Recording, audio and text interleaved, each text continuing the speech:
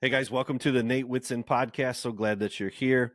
If you're new to the show, this is a place where we help Christian men become the men that God meant for them to be, trying to help guys understand how habits are formed, behaviors are changed. How do we break bad habits, bad behaviors, if I could say it clearly, bad behaviors, bad habits, and how do we start to act like and become the men that God meant for us to be, in particular husbands and fathers and followers of Jesus. This is kind of what today's show and every show is about, is creating change, figuring out how to make change easier.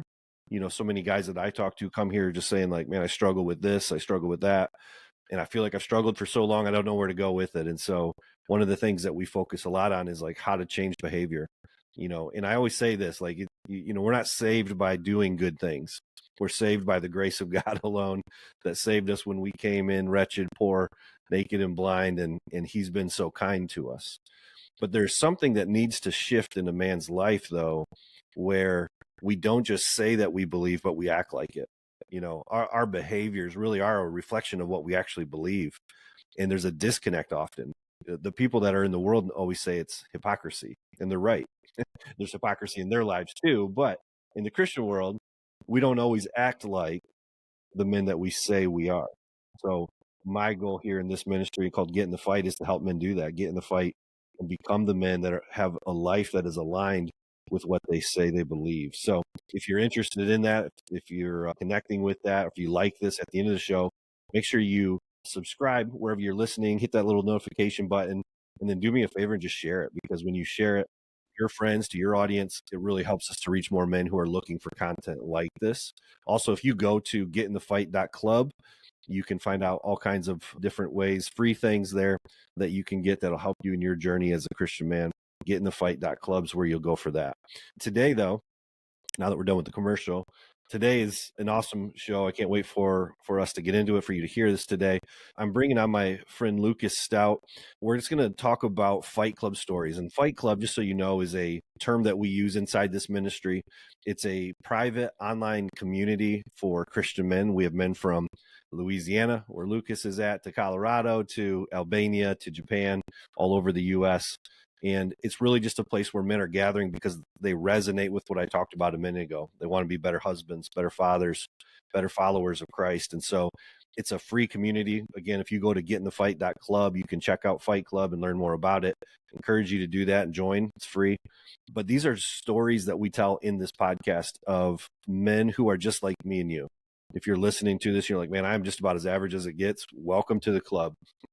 This is an average man's club, where we're screwed up, we've got problems, we're dealing with issues of life, and we gather together to do that, not as perfect men, but as men that want to get better. And so we just tell our stories. And I think a lot of guys discount this story because they're like, well, who am I? What does my story matter? And I'm telling you, if you've ever been to church service where maybe you have baptisms that day or testimonies given that day, and somebody shares their story, it's like the best church service that you've ever been to, because somebody's listening that day going, man, I resonate with that story. Right. And so that's what today's all about. And so, Lukas, we're going to get into your story, man. And I'm so glad to have you on, my friend. It's been a while. We've been trying to get this. Yeah, it's been a while since we tried to do this. We did it. Even with some technical difficulties before we hit record. All right. We got it. The devil's no hammers required. No hammers, no duct tape needed. Dude, thanks for joining the show, man. I appreciate you, and just want to jump right into it and just kind of tell the audience, tell us a little bit about your story. Where did you grow up? What was life like? What was your childhood like growing up? Well, first of all, thanks for having me. Yeah, man. I found you through another podcast, and at the time I was just a broken man, and I was searching you out, and we connected, and I've been in the Fight Club for about a year now. Crazy. And it's been great ever since. So I thank you for all you pour into us. You take a lot of your time to pour into all these guys, and it's incredible to see. So the devotions and everything is just incredible, and I really appreciate all of it. Yeah, man. So glad you're here. So born and raised in South Louisiana. Swam in bayous where alligators were swimming not far from us.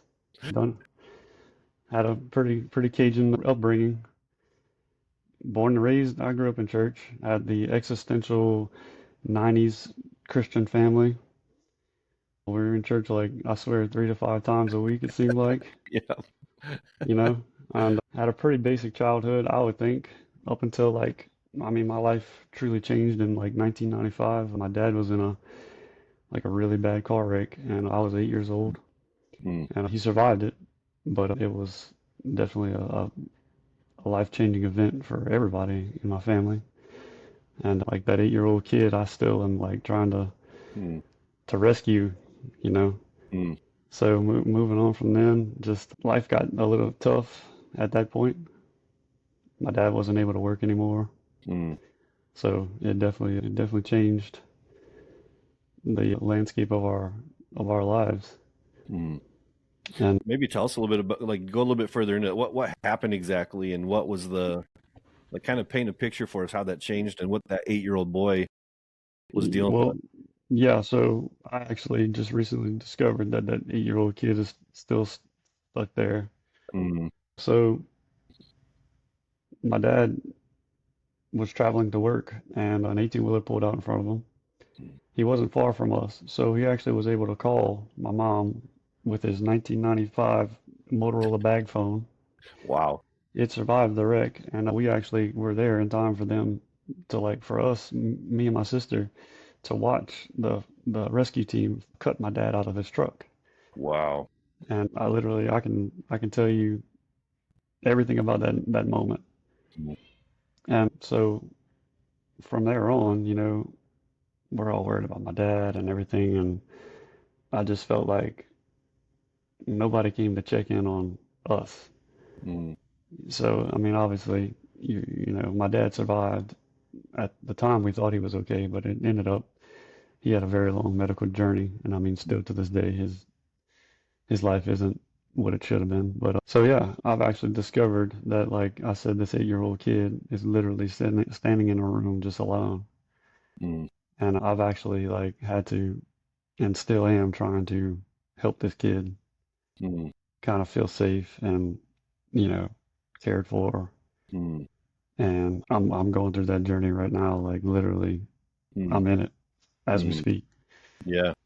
And then, you know, I don't too much remember my childhood after that. Everything kind of freezes. Everything kind of Dang. froze up until right after I turned 14. I ended up having a back surgery. And At 14? at 14, and I actually flatlined on the table during that back surgery. What in the world? So Was it that something that was wrong with you that you didn't know, or was it something due to the medical, like the procedure uh, itself? it was the surgery itself. Okay. Wow. I think I don't, this is an opinion, but I think it was a like an overdose of Mm, anesthesia. And then they had to revive me. They had to actually stop the surgery mid back surgery, kind of sew me up, patch me up, and then start wow. resuscitation. And so I ended up staying like a week in ICU in a like a sedated state until they could go back and like they wanted to stabilize me and then go back into the surgery. So at Wow. 14 years old, again, another little bit of a life change there. Yeah. I was pretty active. I like played soccer and football and all kind of stuff, and all Okay. of that stopped. And then actually, when I was 15 years old, I met my wife in Really? seventh grade. Wow. She didn't like me in seventh grade, but later You had to on, work your way up. yeah, well, I picked on her, and she didn't like me until a few years later, like in I think our junior year of high school, we started dating in 2002. Nice. Nice. So we've been together for longer than we've been apart. Yeah. And we'll get into that a little bit about marriage and some of that kind of stuff. And maybe it sounds like too, like what these big moments of childhood have led to as an adult, and some of Yeah. those things that you face there. But what were some of the things you were into, I guess, as a kid? Like what did you mentioned soccer and football? Was that a big part? Was fishing, hunting? Like what Yeah. in the bayou? Yep. So I started hunting probably 6, 7 years old. Oh Got my wow. first shotgun when I was 8. Okay. I actually used to go, we lived right by a train track. We lived about 150 yards from this train track. I would actually go get my little shotgun by myself and go shoot squirrels off the train track, which is a felony. For anybody out there, it Yeah, is you are not allowed to have a firearm on a train track. interesting. Good And to I know. would I would go shoot squirrels by myself off the train track. And I do remember some of those little, and then I'd be coming home and my dad's like, "What are you doing, dude? You're not supposed to have your gun by yourself." I'm like, "Bro, I got like three squirrels. I mean, Right. we're good." Yeah, providing for the family, Dad. You Yeah. know. So yeah, hunting and fishing all my life. Okay. Still, I don't hunt as much anymore, but I really want to get back into it because I miss Yeah, it. I've had some amazing times watching the sunrise, from a duck blind or deer stand. It's just, it's the you best. get some pretty incredible moments with God just in silence, it's Yes, sir. I definitely miss it. And I want to bring up my little boy in some of the culture that I've grown up in. It's a little bit Yeah. different world, but the woods are still the same. Yes, sir. Yeah, that's one of the beautiful things about nature and about the woods. You're right. Like that part just stays the same, and there's a way of reconnecting to it. So yeah, I love to do the same. I don't think I'd be brave enough to go to the bayou because I ain't really going to get into spiders and snakes and critters. So I think I'd stay out of the swamps there. Yeah. We have a May squirrel season, and the last time I went, I killed five snakes before I was 100 foot in the woods, and I was like, Bro, no, it ain't worth it. I'm out. If anybody thinks I am, I'm a big guy. I'm like 6'3", 6'4", 250 something, and people are like, "Oh, you're a big dude." And I'm like, "But I'm little inside. I'm scared of all kinds of stuff. I'm not doing anything with snakes like that. Right. Alligators too, like you know what I mean? That's such a different world. I just don't even know how to comprehend that. But kids that grow up down there, that's just what it is. Yeah, I've had an alligator come up on the side of me. I was duck hunting, and there's this stuff that covers the surface of the water, and it's real thick. Yep. And this alligator came up right on the side of me, 2 feet from me, and was just hanging out, kind of looking at me, and I'm looking at it. And the craziest part was is that when it disappeared back into the water, nothing moved. Yeah. There was no stir of the water. There was no movement. And I was like, where is this thing at? Are you just standing in the water, or are you like off the? I was in a, it's a, we call it a pirogue, but Oh yeah. it's a flat bottom canoe. It's what I call like a tip over canoe. It's like a Yeah. canoe that's going to make you tip over with one movement. Yeah. They're pretty tricky. I've seen them on the alligator hunter shows. You know what I mean? Oh So yeah. Oh yeah. Good old swamp people. swamp people, Everybody's Troy Landry down here, Roy man. Landry, exactly. That's awesome, man. So it sounds like you've had some good moments with childhood. Some good things, right? Like real innocent, cool things, and then also some Yeah. like really, really heavy things as well. Yep, my dad did his best to try to normalize life. I mean, we hunted together a whole lot. My wife did point out that like I was always having to rescue him. He's Mm. always into some shenanigans. I mean, I can go on just hunting stories alone. We could have a Its own show. whole show. And so there's many a times that I've like had to kind of go save my dad. He sunk he has sunk more boats that I've learned to get boats out of water pretty good. Yeah, So it's been a pretty neat upbringing. I mean, I'd say it's unique, but really down here it's pretty normal. pretty normal down there. Yeah. Yeah. Well, and you mentioned it earlier, but is part of the 8-year-old boy that you're still trying to rescue or recover, however you would describe that, does some of those stories with your dad add into that post accident you're trying to also not take care of him in weird ways that kind of made you stuck in that childhood, would you say? Yeah, I think so. So another thing that we can kind of touch on is this experience that I've had with my church recently is called freedom. And you and I talked a little bit about it, but I mean, if Yeah, yeah, it's an sure. incredible thing, but actually there was this segment in that it was an incredible moment, and like somebody came up and like read this apology, like the apology that you'll never get from a person that you're expecting it from.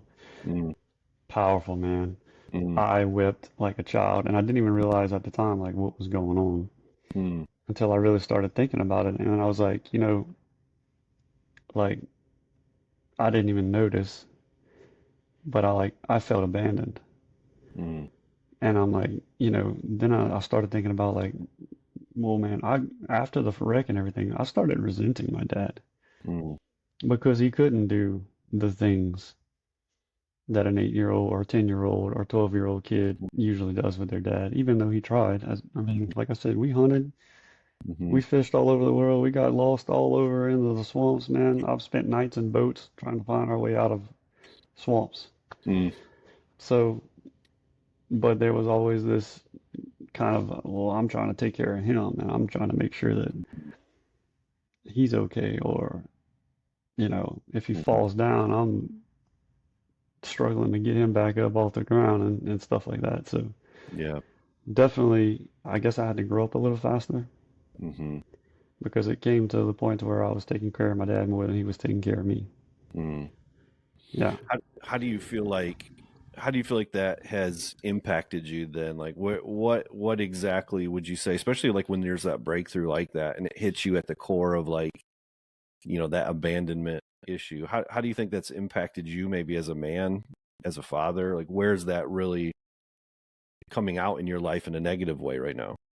Well, it led to like rub some dirt on it and move on kind of thing. Like, you don't have time to be upset about it, or, Mm, grown men don't cry kind of thing, that, whatever you got to do to get it done, mm-hmm. this is what you got to do. And I mean, even now, I work in the oil and gas industry, and it's a very tough, very harsh industry. And I mean, that's carried me through, I'll be honest with you, because I mean, I've been doing this for 13 years, and I've had some tough times. And, a lot of times out there, I'm by myself, so I'm Mm, taking beatings from all angles, and it's kind of like, that rub your, you, you can cry about it later kind of thing, but you just mm-hmm. got to do what you got to do now. Mm, So in a way, it's helped me, I guess, in sure. where I am. But in another way, it's like, as far as like my son and my kids, I've definitely lacked in letting them be hurt, or, Mm, I'm even, now that I'm aware of it, it's a little different. But now I'm like, it's okay to be upset, mm, because I understand where you're coming from. mm, So I've definitely, I mean, I've done a lot of work in the last month and a half, yeah. and it's still a daily thing Mm-hmm. for sure. Hey guys, I wanted to take a quick break from the show to share with you 3 things that I think could help you to become more of the man that God meant for you to be: a better husband, a better father, and a better follower of Jesus Christ. 3 things, totally free, that I think can help you. Number one is our podcast. Hit the subscribe button, share them with a friend. That makes a big difference, not only in your life, but in somebody else that you care about as well. And it helps us to reach more men. Number two, we do a free weekly newsletter that is short, it's concise, it deals with just one key question and then 3 simple action items each week that will help you to get in the fight in a really practical way. You can find that at getinthefightclub/newsletter. And then lastly, you can join our Fight Club community. This is a free private app for Christian men only, where you can talk to guys and get involved with guys' lives from all around the world who are just like you, trying to get in the fight to be better men for Christ. You get things like daily devos, weekly challenges, monthly gatherings, small groups, so much more. It's kind of like a Facebook group, but exclusively for Christian men, and it's totally awesome, and it's totally free. Getinthefightclub/join and check it out. Get more today. So subscribe to the YouTube channel, get our newsletter, get involved in our Fight Club. Totally free things to help you to get in the fight and win today. All right, that's it for now. Thanks for listening. Back to the show. So, What do you think you're learning in terms of how to process this, I guess? Because my guess is this, Lucas, that somebody listening to this today too probably doesn't have the exact same story, but there's something from their story. Like it's a common story in dealing in a men's ministry like this, to hear someone say, that there's a wound from their father, often unintentionally. Sometimes, sadly, it was intentional, but many times unintentional. But wounds that a man carries that go stuffed, buried inside kind of what you talked about, right? What would you say you are learning through this right now about how you should approach or handle those feelings and emotions? Still learning, but Mm, I'm also learning to not be afraid of them. mm, You know, even still, I'll think it's silly to, like I said, to kind of, because I keep going back to this 8-year-old kid. I'm still working on that, but I will still mentally go there and see him, like literally see a kid in a room mm-hmm, just crying. mm-hmm, And at this point, like right now, I'm still kind of like reaching out for this kid saying, hey, God's got you. mm, I got you, right? We're gonna mm-hmm, make it through this. mm, Your life turns out pretty cool. mm. Your wife's hot, right? Things are gonna Right. work out, but let's go, right? Yeah. So I'm still, big thing is fear, man. A Mm, lot of dudes are afraid to even consider mm-hmm. those emotions. Yeah. Yeah. So like we talked about it on the Fight Club the other day about what's one of the biggest hangups, and the first word that comes to my mind is fear, Yeah. because Man. we're not accustomed to dealing with even like going back. Yeah. Everybody's move on from the past. The past is the past. No, man, the past can be Mm-hmm. today if you let it carry on Yeah. every day, and you're carrying all this stuff. Mm-hmm. If you don't deal with it, it's gonna just show up some way or another. That's And right. I mean, I still am like constantly working through some of this stuff. And I mean, it's going to take time. Yeah. I mean, we all have, like you said, traumas from our fathers. Now I'm like, oh my gosh, what kind of trauma have I inflicted on my kids? And I'm like, no, Yeah. we got to stop this. Yeah. You Yeah. know, it ends here because I don't want that for my kids. I don't want to be the reason they're in therapy. Although, I mean, like you said, it's unintentional. Yep. God, it's terrible that some people have and been intentionally hurt, but I think unintentional is almost the harder things to Mhm. address, because it's like, well, he didn't really mean that, Yeah. But I and feel it. But but I I feel feel it. it, and it Yeah. still hurts. And it still hurts. Yeah. Yeah. They So they talk about like in recovery, like I'm a sexual addiction recovery coach as well. And in recovery counseling, they talk about how trauma is really measured by the impact that it carries with you still today. yep, And it's very interesting, right? Because some people would be like, well, I haven't really been through anything traumatic. I didn't go through anything crazy. And yet they still carry this deep wound that when somebody reads a message of forgiveness or whatever, you start bawling like a baby in the meeting going, what's happening? This deep exactly. core trauma was there intentionally or not, doesn't really matter at that point. It's that I have to go deal with this. In fact, I was talking to somebody the other day, Lucas, about this person was saying that they had been impacted by some other people in their life, did some things to them that they did not want. And they said, it was years ago, it was 5 or 6 years ago. I'm good with it now, forgiven them, and moved on. And I was like, you know what? Like, forgiveness is good for you because that helps you to not carry bitterness, Right. but it doesn't mean you've dealt with it. And I Mhm. think that's where maybe a lot of guys are in this story, they're going to relate with your story and go, I'm afraid of dealing with that, Yep, and for it's not a sure. message that men want to say, right? Like, so I think you're so spot on. So something I was this pastor I was kind of speaking with identified, and it's a really great point, is that there are hurts and there are holes. Hmm. Hurts is something that happened to you, and a hole is something that maybe didn't happen. Somebody taking the hand of an 8-year-old kid that's crying and saying, hey, you're all right. Hmm. Holes are harder to identify Hmm. because it's a lack. It was a lapse in something that you needed, Yeah, sure. that safety, that affection. Yep. So as a young child that needed some safety or stability, Hmm. the holes are the hardest part It's to great. grasp hold of. So Yeah, it's great. That's great. that was a good word, and I'm like, I guess my thing was, you won't know you found a hole until you step in it. Yeah. Like, oh, there it is. Oh, I found one. I found one. Yeah, Now I got to go get the shovel and fill this thing up. that's right. And So, that's where it gets scary, right? Because you're like, oh, I found it. Now what do I do with it? And that's where fear mm, really kicks in. And it yeah, really is. hmm yeah, Yep. So, like I said, it's been a journey. I had a pretty big event in my marriage that kind of uncovered all this stuff. yeah. So that was really when it was like, it's time to start doing some work.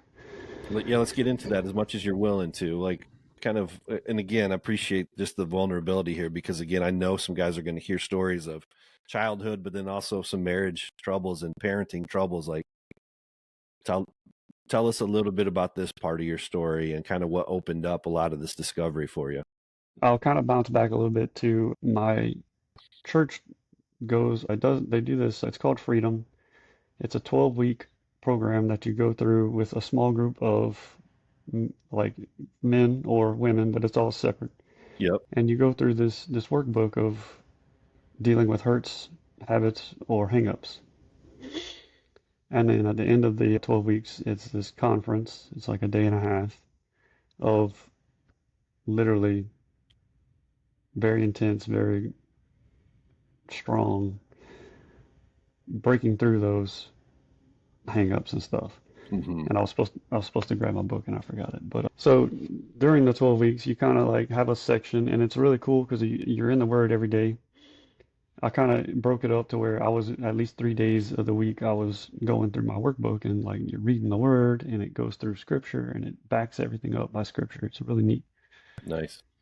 And then you meet with small groups, and then you discuss things, something that came up. We all start kind of sharing ideas and shared experiences. And then the conference is where it really happens. Mm. Like you'll deal with stuff that you didn't even know existed. Like I kid you not, through that one segment, I had no idea why I was crying for like the first 20 minutes. Mm. And I guess the Holy Spirit started like kind of speaking to me and just bringing up to light what that was. Well, during the conference and before, I, like many men, unfortunately, I've struggled with porn in the past.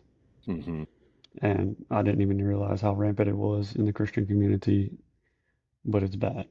hmm Now, I hadn't consumed any content in over a year now, but in the past, I mean, I didn't think I had a problem because I was like, oh, it's just this one time. hmm Oh, I haven't looked at it in 3 weeks. Oh, this and that. I would validate myself and saying, I'm not addicted. Like that's for other people. hmm So 3 times I've heard God tell me, you're going to tell your wife. The third time was June 1st, and I was leaving that night to go offshore for a week. And God's like, no, you're going to tell your wife. And I literally was walking around my house arguing with my God. I can't do that. I'm leaving. This is going to destroy us. mm And he was like, no, you're going to go tell your wife. And I literally did. And it was everything that I thought it would be. hmm And then I left. I had to go to work in Texas for a week. And we communicated through text message, and it was very raw. There was a whole lot of anger. She told me some terrible, like, true things about myself. But hmm you know what? Sometimes you just gotta hear that to actually say, okay, I've been hiding behind all this stuff, hmm and now it's time to be real. So the first time we had a phone conversation, it was I had to turn the volume. I was in my truck. I had to go take a little drive. I had to turn the volume down. She was passionate, let's say Yeah. that. Yeah. And later on that evening, she texted me and she's like, "Can you talk?" So I ran to a quiet place, which is very few and far between on an oil rig, and we talked for like an hour. And the tone was entirely different. mm And then we just started actually having conversation. It wasn't like, hmm you know. So from then on, I mean, there's been highs, there's been lows. Things have been much better. I was able to provide her with some answers that she had been questioning for 10 years now. Mm, You know, when she was questioning if things were because of her, yeah. it was actually because of me. And hiding behind that is the absolute worst thing a man can do. Mm, And let me tell anybody out there, you ain't hiding it. hmm You're just masking. hmm And it's going to come to light. So you might as well do it now. Because That let me tell fear you, of that conversation is heavy, though, isn't it? that I was the mean, worst hmm experience hmm that I've had in a long time. But I now appreciate. hmm So what is it like on the other side of fear of that particular conversation? Because even if a guy listening doesn't have that conversation, but he has other things that he needs to confront and deal with, it's the fear that keeps him from doing it, because he's just like you said, like you're wrestling with God going, I can't do that. This is going to ruin everything, right? It's fear of what could happen. And yet, what's it like on the other side, Lucas? After the yelling and the all of that animosity comes out and things settle, what is the other side of that that a guy needs to know about? that there is hope.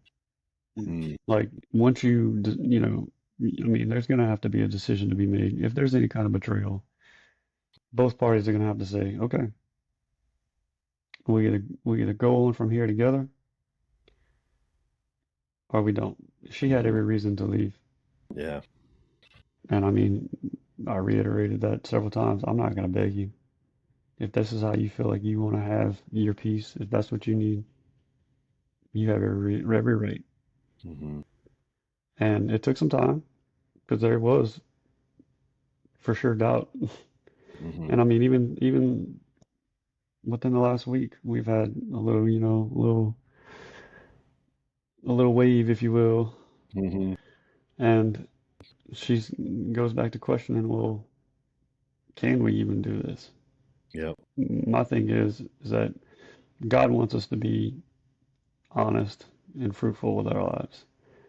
And if you're not being honest with yourself, first of all, you're not lying to God, so you're lying to yourself, first of all. And I never considered myself to be a liar, mm but I can lie to me, mm or I could.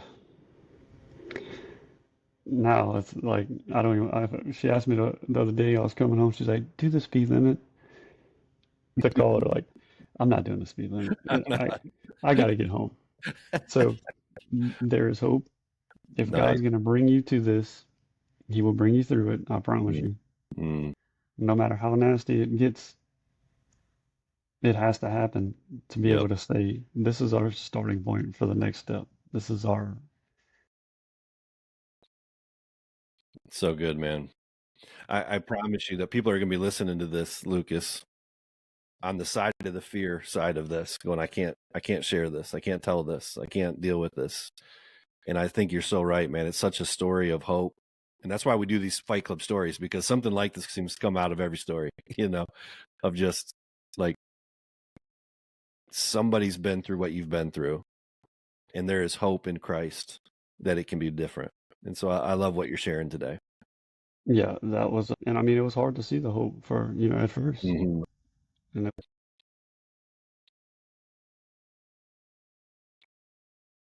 Yeah, it's funny because like without hope, you don't make change. I'm always talking to guys about like, how do you change? How do you what's the barrier to change? Why do you stay stuck in these repetitive cycles? Maybe it's anger, maybe it's not pornography, but maybe it's anger, or maybe it's how you were blowing up at the house, or maybe the way that you're just, you can't get healthy, you can't get in shape, whatever it is. Like there are things in each of our lives where we're just like, I don't know how to get momentum. I don't know how to get traction to it. And one of the underlying factors for me that I know about for me, I hear it in you, is that if you come into wanting to change, but you have no hope deep inside that it's possible, you're going to stay stuck. But as you address the fear and you feel just a glimmer of hope, there's something that happens even in the midst of just getting it off your chest, saying like, even if it fell apart, right? If your wife left you, you're like, I still have a little bit of hope though, finally, because Yeah, I'm not hiding this thing anymore. right. Yeah. So breaking out of that facade. Hmm. Now, I mean, it relieved the burden from me, and it kind of transferred a little bit of a burden on my wife. Yes. But Yes. on the same token, it was a relief for her to finally have huge answers that she had been asking herself for years. So Yeah. at the end of the day, man, it hurt, but there was healing on the backside of it. And Love it. like I said, continued healing. It's still a very fresh Hmm. process. Hmm. And, I'm thankful that I followed God's voice and I was obedient to that because what would have happened after the fact, Hmm. you know? So I don't know, have to worry about, well, what if I would have disobeyed? Hmm. It was terrible to leave at 2 o'clock in the morning Hmm. knowing that I had just basically dropped a grand piano on my wife's head Mm. and left her to deal with it alone. Yeah. But even on the same token, it gave her some space to be able to process some of the stuff. Hmm. And the crazy thing was, I had a whole another world that I had to deal with, and actually conducting a job, a huge operation. So she would like text me, and then I wasn't texting her back, and then she's like, "I knew it," and so I'd have to be like, "Okay, look, you're gonna have to give me a few minutes to steal away and Right. answer your questions. I want to answer your questions, I promise you, but Yeah. I'm also fighting dragons over here too, right?" So Yeah. that definitely did add a little bit of an element to it, but it Hmm. was still, it gave us time for when I did come home to like sit down and have some conversation that was fruitful And very real. and real. Well, it was real, Very real. very Yeah. real. So Been through this. Have you connected, Lucas? Have you connected the 8-year-old story with your addiction story? Because, and the reason I ask that is because and you've mentioned a few things around this, but like one of the most important things for guys to deal with this is like the fear of emotions. Like we don't know how to process how we feel. We don't know how to verbalize how we feel. This is in general, not every guy, but most of us. And we didn't, I don't think most guys realize how much they numb that uncomfortable feeling of dealing with hard things or fear or trauma with pornography or alcohol or scrolling on their phone or food, right? I don't think most of us connect it. Have you gone through some of that journey in your own life to connect those dots together? somewhat, I am still kind of like working into that, but I do, like you said, the numbing of it. It's kind of this stay inside till the storm passes kind of thing. You kind of numb yourself until, oh, well, this will blow over, and then we move on from that, Hmm. not dealing with the thing that you're trying to hide from. That's right. So Never filling nowadays, in the hole. Never filling in the hole, just masking it. right, or Yeah. just stepping right over it and just carrying on. Yeah, there you go. Yeah, exactly. So yeah, there's definitely some of that. I haven't, like I said, I'm still trying to tie together the 8-year-old kid, but I definitely did notice like a coping mechanism of either just not even looking at the problem, just Hmm. walking right past it, Hmm. and or just masking it altogether Hmm. and using probably porn as a mask, basically, to hide behind, There's no doubt. get that validation, Yeah, and then carry on. But that's all right. you're doing is creating more problems. That's right. So nowadays, like, I mean, if we even have the slightest bit of disagreement, I'm like, hold up, let's talk about this. Nice. Let's get in front of it. You're like, I don't want to go back to that before. No more No. hiding, right? And I mean, again, I am truly a work in progress. I do not have this figured out. Yeah, got you, man. Neither I do do I. struggle a little bit with like anger. Hmm. And just the other day, I kind of lost my temper Hmm. on my little boy who threw a pair of scissors and almost hit me with it. Hmm. So trust me, I ain't got this figured out. I'm still working for it every day. Yeah. So yeah, It's a fight club. This it's is a what I always fight. tell guys. So It's a fight. dude, I'll say this, like we talk about getting in the fight and staying in the fight, and up until 6 weeks ago, 5 weeks ago, I didn't really understand what that meant Mm, until I'm like, no, dude, this is a fight, and it's not just me fighting with somebody. It is a spiritual fight with my flesh, hmm. with the anger, with discontent. Yeah, man. I mean, it is truly something that you have to wake up and say, today I win, Yes, because yesterday I lost. that's right. So today's not yesterday. Let's win today. I love it. So What a great it, mantra. well, I'm working on it. Love it. So that has been like truly a total realization is like, this really is, I don't know, I skated through life, I guess you could say. I Hmm. mean, Hmm. anybody ask me how marriage is, I'm like, marriage is awesome. It's been Hmm. great. Hmm. And my wife is like, this sucks. Right. This dude's been absent for Yeah. how many years? Yeah. How long So have you been married? 15 years. 15 years. How long of that do you think you've been kind of absent of who you need to be? Every bit of 8 or 9 of it. I've always traveled for work. I mean, I spent like almost 3 years in Mexico, and just I've always traveled. So you look at it like being absent is, well, Mhm. I travel for work, but no, I mean, I'm absent and I'm sitting in the living room with a house full of people. Yeah, gotcha. So I've emotionally abandoned my wife. That safety and the stability of Mm, being her guide and her shield has was gone. mm, And it took that long. She held it together for that long mm, for me to catch up, I guess. mm. But I mean, by her grace and by God's grace through her, Yeah, she truly has been amazing. So it's a continual thing. Definitely, like right now, trying to obviously show up a little bit more, well, show up a lot more in my marriage and everything, and mm. still try to figure out who this 8-year-old kid is, and try to bring that back, bring that to life.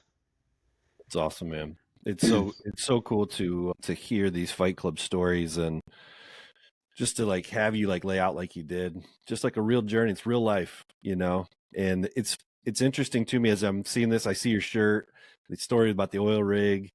It there's something about so it's like I'm an oil rig man. I'm a strong grown man. How can I be dealing with an 8-year-old boy in me problem?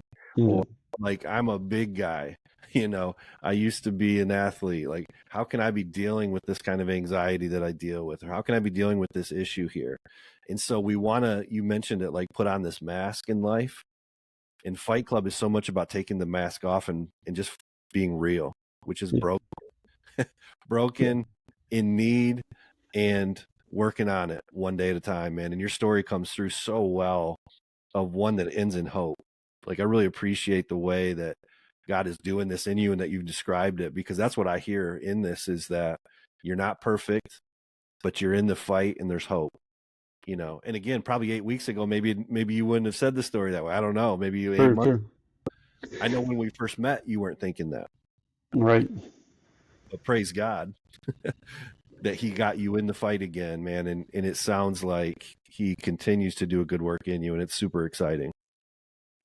Yeah, I mean, I'm still fervently praying, like, God, just do the work through me and just make me a vessel. I'm still trying to, I want to say find my purpose, but I mean, like, I want to have a purpose, right? Mhm. So I want to make sure I get that right too, because I mean, I don't want to be, an old man laid up in bed going, man, I totally missed out on that. I missed it. Yeah.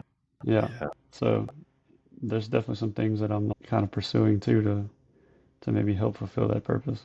That's awesome, man. Hey, in the last couple of minutes here as we wrap up here, like what would you say, I guess, to the guy listening to this? There's guys listening from all over the world dealing with all kinds of stuff, right? Like what's the message, I guess, you've kind of been saying about what else would you say to this guy listening today that he might need to hear? I know you will agree with this. Do the hard thing. Yes, sir. It sucked. It royally sucked. That was the worst 2 weeks of my life, Yes. but there's hope. Mm. And if you're in a period, a betrayal situation or anything like that, all you can do is listen. Hmm. And be patient. Yes, that's big. Patience is a big thing too, because I mean, Mhm. I'm sure like I feel like I'm going to like 2 Bible studies in a week right now, and I'm like, man, I feel like things should be farther along than they are right Yeah. now. But God's timing is not our timing. Yeah. So sometimes I even get a little frustrated with myself, but then I'm like, you know what? It's not my timing. Hmm. There's a plan for all of this, and it's not my plan. Yeah. So do the hard things That's awesome. and quit lying to yourself. For sure. Man, it's such a good message. And you're right. Like patience with yourself. And then when you've had to confess something, patience with them. Yeah, Those are big, right? Like you're not who you used to be. And it's going to take time for you to become who you want to be. But here's the thing, like I heard somebody say the other day, you can't hit a home run if you're not in the game. Because right. somebody will say like, well, why try? I've tried everything. It's not working. Well, you can't win the game if you step out of it. So we're telling you, same thing as you, get in the fight. And for a lot of guys listening, that you're right. Like, what's that hard thing that you're avoiding today that you've been avoiding maybe for years? Maybe it's just even an internal struggle of like dealing with fear, trauma, anxiety, and you've never told it quite clearly. Find a Lukas and find the fight club, right? Go to getinthefight.club and join us. Lukas is in this community with me, and we're just two broken dudes sharing stories That's right. of how God's trying to help us. Yep. It's been great. Such a neat community. It's so cool to see everybody come in and start Mm-hmm. sharing Bible verses, and like I'll pull it up and just kind of scroll through it, and somebody shared a Bible verse and I was like, man, I really needed to hear that today. Isn't that amazing? And I mean that's just what it's all about. So it's Yes, been sir. fantastic. And again, just all the work that you pour into it is incredible, man. Yeah. Well, to God be the glory, right? Because it's all Him. And that's where we're trying to focus people. It's like, just get close to Jesus. That is the answer Right. for all of us. And that's what you've done, man. Like, you've done that hard work of wrestling with God and saying, no, Yep. I'm not telling her. And He said, no, son, you will. And He won. And He's Absolutely. winning in your life. Thank God he did. Yeah. Thank God He did. Lukas, man, it's so cool just to have you on and for you to share your story, to be so vulnerable and open and just so encouraging too. Like I hope like I'm encouraged, even though I knew some of these stories. For you to share it again is like God is working, and He's working in everyday people like you and me. And man, just keep up the things that you're doing. I'm praying for you and your family, and I know that you're going to serve a lot of men that are listening today. So thank you for being here and being a part of the show. Thanks for having me. It's been a good time, man. We'll have to do it again. Yes, sir. Listen, if you guys are listening and you resonate with Lukas's story, again, go to getinthefight.club, click on join the fight club. We'd love to have you. It's free for Christian men. It's encouraging. It's helpful. And join us. We would love to have you. Be sure to hit the subscribe button now that we're done with the show, notifications so you don't miss any. And we'll see you in the next show. Stay in the fight. We'll see you soon. Hey guys, thanks so much for being here today and listening to the show. Please be sure to head over to the website at getinthefight.club. And before you go, if you haven't already, please subscribe, click the like button, and leave us a positive 5-star review. It makes a huge difference whenever you do. Have a great day. Go get in the fight.